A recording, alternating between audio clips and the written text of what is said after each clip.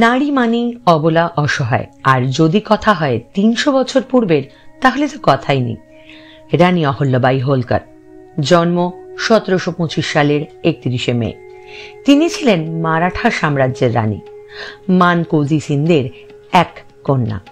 সেকালের নিয়ম অনুসারে বিদ্যাশিক্ষা খুব একটা হয়নি তার, তবে অহল্যাবাইয়ের অক্ষর জ্ঞান ছিল। হিন্দু শাস্ত্রের প্রতি তার আনুগত্য ছিল অপরিসীম।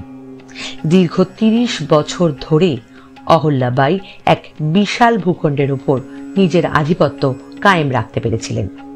রানী তার চারিত্রিক মাধুর্যের দ্বারা সকলে মন জয় করেছিলেন। রানী অহল্যাবাই বুঝতে পেরেছিলেন সাধারণ মানুষের মধ্যে ব্যাপক কর্মসংস্থানের সুযোগ দিতে হবে, নইলে বেকার যুবসত্তা অনৈতিক কাজকর্মে লিপ্ত হতে বাধ্য হবে। সেক্ষেত্রে দেশের সার্বিক বাতাবরণ দূষিত হতে পারে। তিনি সমাজ ব্যবস্থার মৌলিক স্তরে পৌঁছে গেছিলেন। রাজ্য পরিচালনায় তার জুড়ি মেলা ভার ছিল।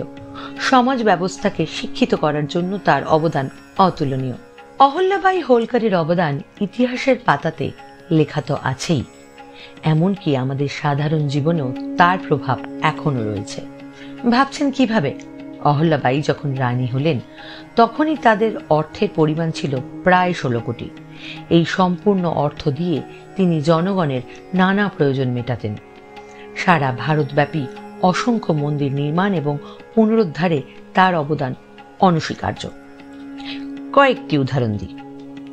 কাশী বিশ্বনাথের মন্দিরের পুনর্নির্মাণ করেন অহল্যাবাই। ১৭৭৭ সালে অহল্যাবাই নিজ ব্যয়ে পুনর্নির্মাণ করেন এই মন্দিরটি। অযোধ্যা শহরে অধিকাংশ মন্দিরেই অহল্যাবাইয়ের স্মৃতি বিজড়িত, কারণ অধিকাংশ মন্দিরই তিনি পুনর্নির্মাণ করেন। প্রয়াগের অন্যতম আকর্ষণ হল বিষ্ণু মন্দির। এই মন্দিরটি রানী অহল্যাবাই নির্মাণ করেছিলেন এবং মন্দির সংলগ্ন ধর্মশালাটিও তিনিই নির্মাণ করেন। শ্রী বৃন্দাবনে বাঁকে বিহারীর মন্দিরও তারই নির্মাণ। ঋষিকেশের একাধিক মন্দিরে মহিষী নারী অহল্যাবাইয়ের নাম অঙ্গাঅঙ্গিভাবে জড়িত।